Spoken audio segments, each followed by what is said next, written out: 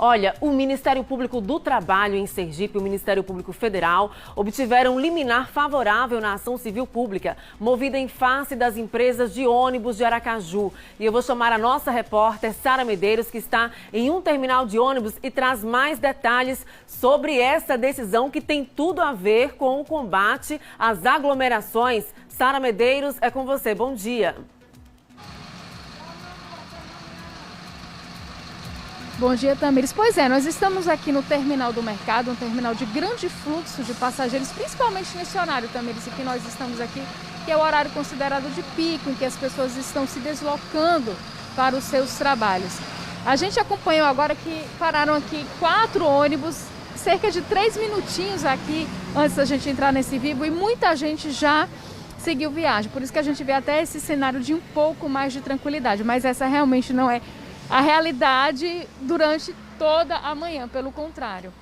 Essa ação que foi movida pelo Ministério Público do Trabalho, juntamente com o Ministério Público Federal, obteve êxito, né? E que bom, em segunda instância, o da Justiça do Trabalho, o desembargador Josenildo dos Santos Carvalho, proferiu uma liminar favorável em que determina, Tamires, que já a partir de hoje, os ônibus da capital eles tenham, as empresas de ônibus, que limitar o número de passageiros na capacidade de 50%. Ou seja, 50% é o número de pessoas que vai sentada dentro do ônibus.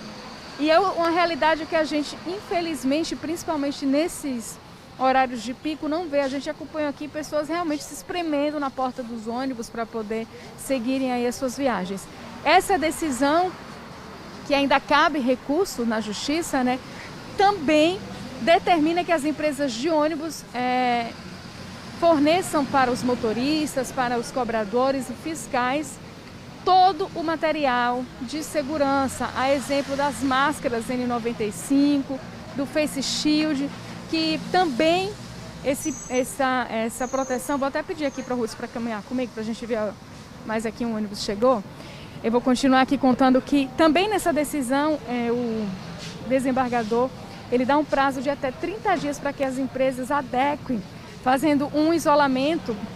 Não, a decisão não deixa claro, né, que tipo que eu estou aqui em mãos a parte, um isolamento provavelmente do motorista para que ele tenha uma proteção, aquela proteção de acrílico. Esse prazo é de 30 dias. O prazo, a decisão já está valendo, mas o prazo para que as empresas se adequem com relação à entrega desses materiais para os motoristas, cobradores, né, a máscara N95 e o Face Shield, é de 5 dias, e a decisão para que seja mantido também os passageiros em 50% dentro dos veículos no momento de seguir viagem, algo que a gente sabe que é muito difícil. Olha só, a gente em pé, o fluxo é muito grande, principalmente nesse horário de pico. Tamires, eu vou até tentar aqui conversar com alguns passageiros para saber como é que está a situação e a expectativa que eles têm em relação a se realmente vai resolver esse problema dessa possível contaminação dentro dos ônibus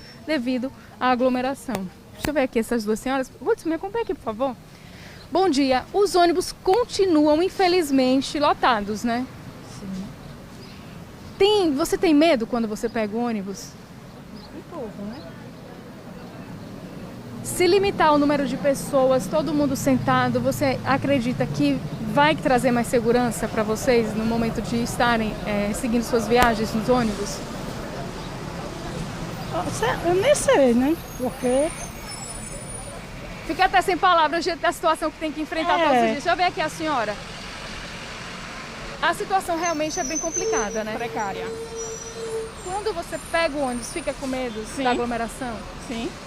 Se limitar, como foi determinado pela Justiça a partir de hoje, que as empresas se adequem, limitar em 50% que as pessoas ficam suas viagens sentadas, vocês vão se sentir mais seguras? Sim. É uma boa estratégia, né? Sim. Da Justiça. Sim. Obrigada, viu? Tá aí, então. Tamires, a gente entrou em contato, né, com o CETRANSP para saber se as empresas de ônibus já foram notificadas dessa decisão da Justiça, e a resposta que nós obtivemos é que até o momento as empresas de ônibus ainda não foram notificadas, portanto a situação continua a mesma, né? Essa superlotação que a gente acompanha, as pessoas em pé, né, para pegar seus ônibus. Ó, vamos ver só mais essa imagenzinha aqui, para quem está em casa, para a gente concluir esse nosso link aqui, mostrando, ó. É isso. Esse tá até tranquilo. Nós acompanhamos mais cedo uma situação bem mais de ônibus lotado. Tá aí, Tamires. Com você, segue no estúdio.